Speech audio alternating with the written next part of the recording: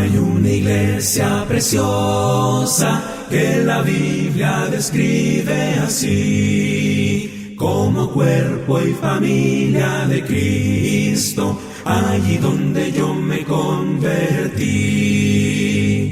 Oh, ven, ven, ven, ven, ven a la iglesia de Cristo. Oh, ven donde seas feliz. Otro sitio nunca encontrarás, cual iglesia de Cristo el Señor.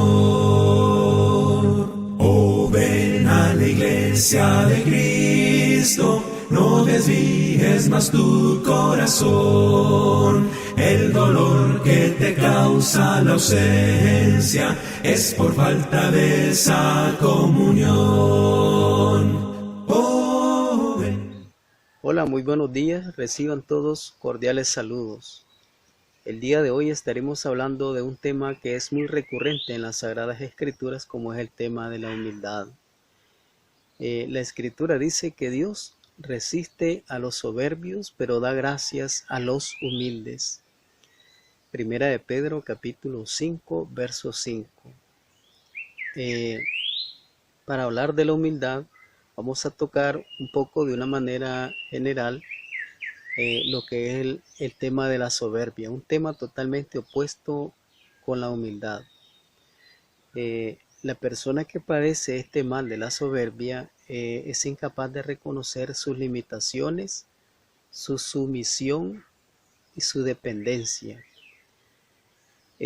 Cuando la persona llega a obtener algo en la vida, no se da cuenta de todas las cosas, factores que fueron necesarios para que él llegara a obtener ese objetivo deseado.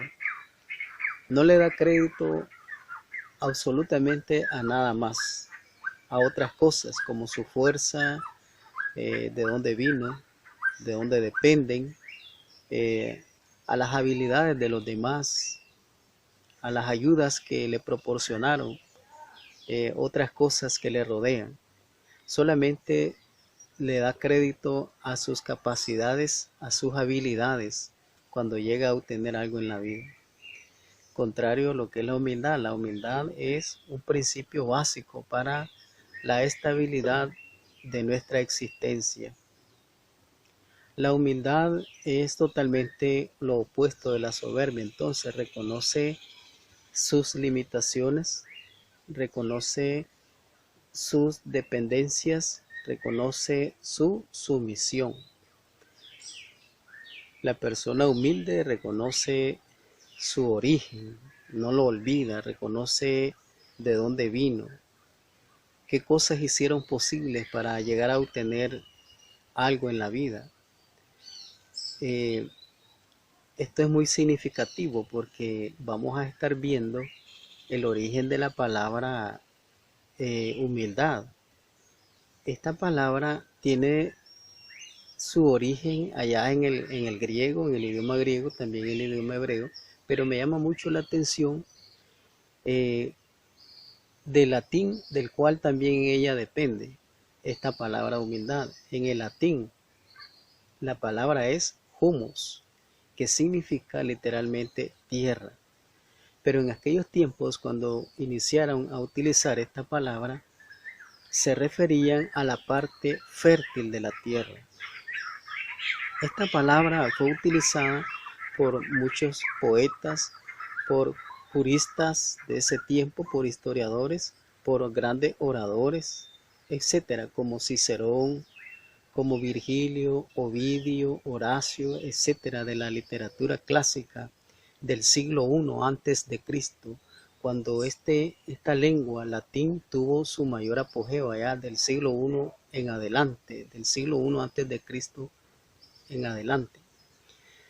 Entonces, basado en ese concepto de la palabra humus, del latín humus, para humildad, que significa tierra fértil, entonces quiere decir que si usted y yo no bajamos a esa parte fértil de la tierra, no podremos crecer, no podremos desarrollarnos, porque necesitamos todos esos factores que son necesarios para nuestro crecimiento, para desarrollarnos y llegar a cumplir el objetivo para lo cual estamos en esta tierra.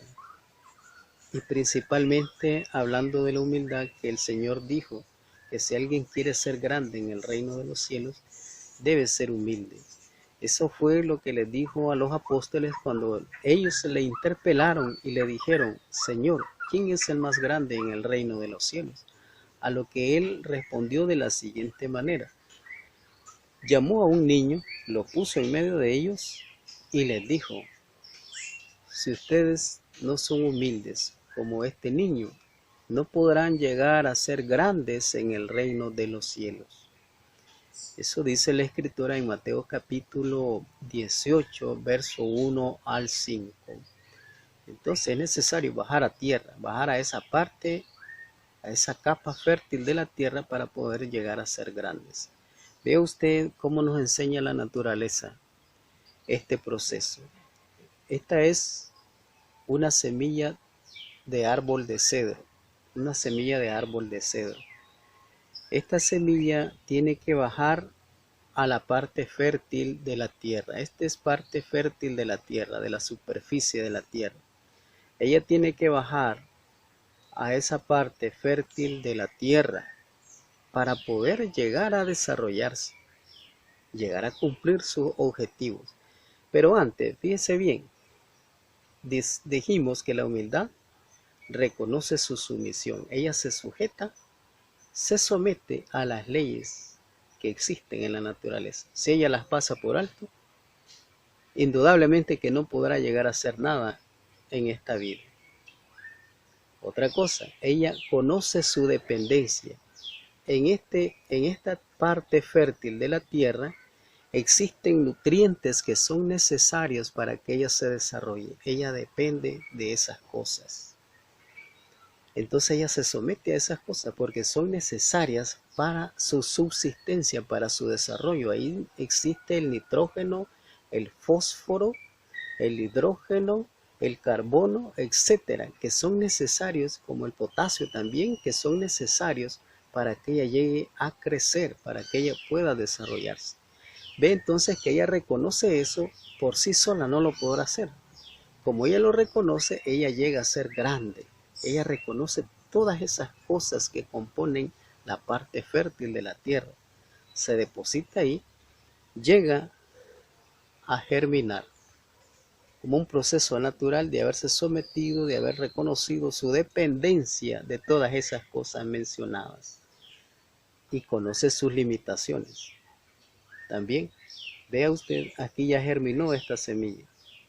Luego continúa el proceso hasta llegar a un punto de formarse en una bella planta lista para ser plantada, para que ella pueda llegar a desarrollarse como un hermoso árbol listo para dar muchos frutos, para dar muchas semillas más, para seguirse reproduciendo, para servirnos para nuestro clima, para el oxígeno, para darnos madera, para darnos sombra, etcétera, etcétera. Entonces, este es un proceso natural. La humildad, entonces, debe ser requerida por cada uno de nosotros. Debemos procurarla para poder crecer. La Escritura dice que no hay otra manera, no hay otro proceso por el cual nosotros en el reino podamos o podíamos llegar a ser grandes. Claro está que los hombres pueden llegar a ser grandes, y lo son. Muchos hombres han escalado la cima del mundo a través de la hipocresía, a través de la mentira, a través de la codicia, de la avaricia, de la malicia, etc. Pero no en el reino. En el reino solamente cuenta la humildad para ser grandes. Es que no es delante de los hombres que nosotros vamos a ser grandes, a procurar la grandeza, solamente delante de Dios. Es la única manera que nosotros podamos llegar a ser grandes. Entonces, amado hermano y amigo, la Escritura entonces dice que hay una recompensa para aquellos que practiquen la humildad, que se empoderen de la humildad. Capítulo 149 de Salmos, verso 4, dice que la recompensa para los humildes es la salvación. Y la Escritura también dice en el verso 6 del capítulo 5 de Primera de Pedro: humillaos bajo la poderosa mano de Dios, para que Él no se exalte cuando fuere tiempo. La única manera de crecer y permitir que nosotros nos desarrollemos en esta vida y principalmente en el reino es dejándonos llevar por ese consejo de la humildad que nos da el Señor. Practicar la humildad, empoderarnos de la humildad, bajar a tierra esa parte fértil para que nosotros podamos llegar a cumplir con los objetivos previstos desde antes que nosotros fuéramos hechos. Crecer y crecer para poder llegar a dar muchos frutos que beneficien a muchas personas a nuestro alrededor, a nuestras familias, a nuestros hijos, etc. Pero para eso, primero, usted y yo debemos humillarnos bajo la poderosa mano de Dios para que Él nos exalte cuando fuere el momento. Que el Señor nos bendiga en este día.